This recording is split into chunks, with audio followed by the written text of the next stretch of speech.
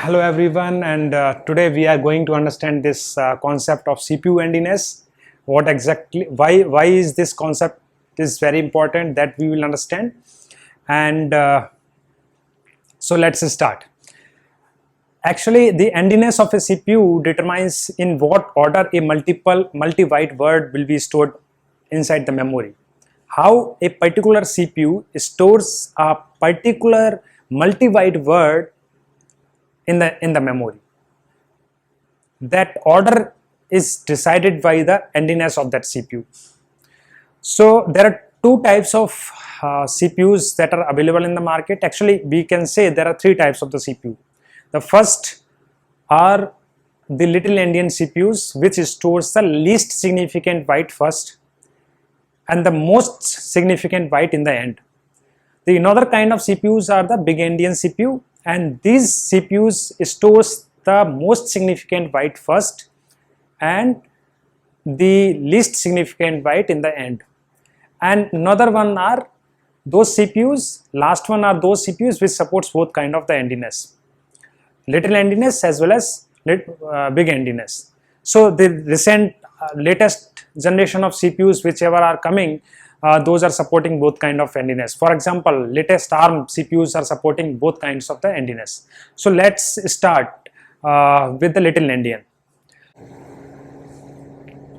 Okay, let's start. So let's suppose that we have this particular word, and this particular word we want to store inside a memory, and this machine supports the Little-Endian CPUs which supports Little-Endianness. So in this word, this one is the least significant byte, and this one is the most significant byte.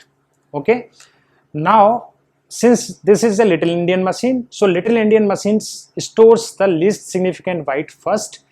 That means that this will be stored at the lowest address, and lowest address is 1000. So here what I did is this I have assumed that this is the memory representation, and in this memory these four different blocks are available for us to store these different bytes, and I have assumed that this memory is byte addressable. That's why I have increased one byte everywhere.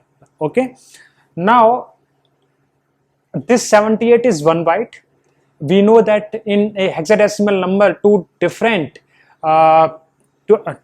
digits of hexadecimal number constitutes 1 byte, right? Because one digit is made up of 4 bits, right? So two different hexadecimal digits made up of 1 byte. So this least significant byte will be stored at the lowest address.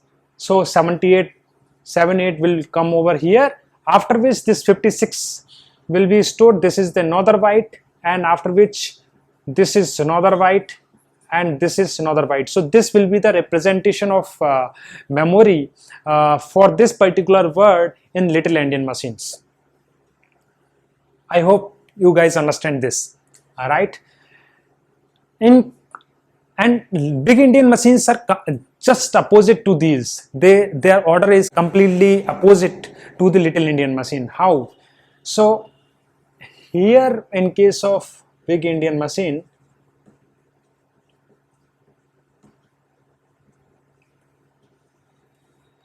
for this same word 0x 1 2 3 4 5 6 and 7 8, this is the 1 byte, another, and this is, let's suppose we have the memory representation, and over the same addresses this word is stored 2 and 3.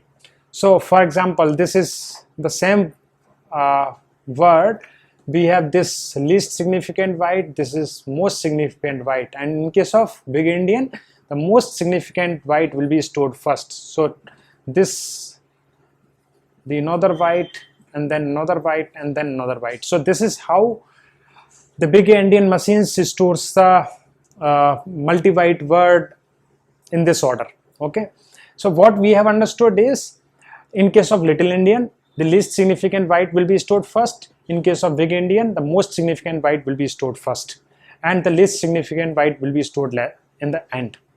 And if we compare these two words, what we have seen is this word, the order is in this manner, okay, and here the order is in this manner.